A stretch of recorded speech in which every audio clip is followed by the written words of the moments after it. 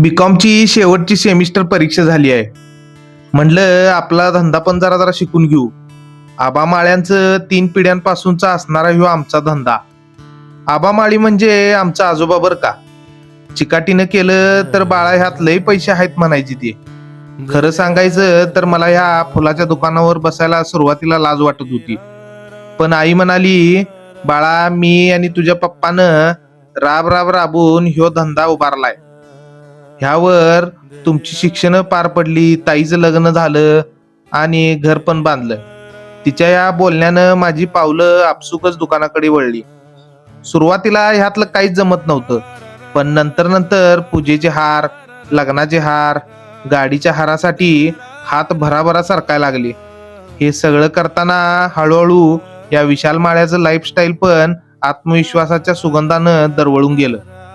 लोकांना मी केलेलं हार पण आवडायला लागलं. आता गिरायक पण भरपूर यायला लागल्यात. पण एका गोष्टीची भीती सतत जाणवते, ती म्हणजे बाजारात आलेली चायना मेड प्लॅस्टिकची फुले आणि त्यामुळे आमच्यासारख्या असंख्य खऱ्याखुऱ्या फुलांच्या माळा करणाऱ्या दुकानदारांवर मंदी येणार आणि फुलं लागवड करणाऱ्या शेतकऱ्यांना पण याचा फटका बसणार.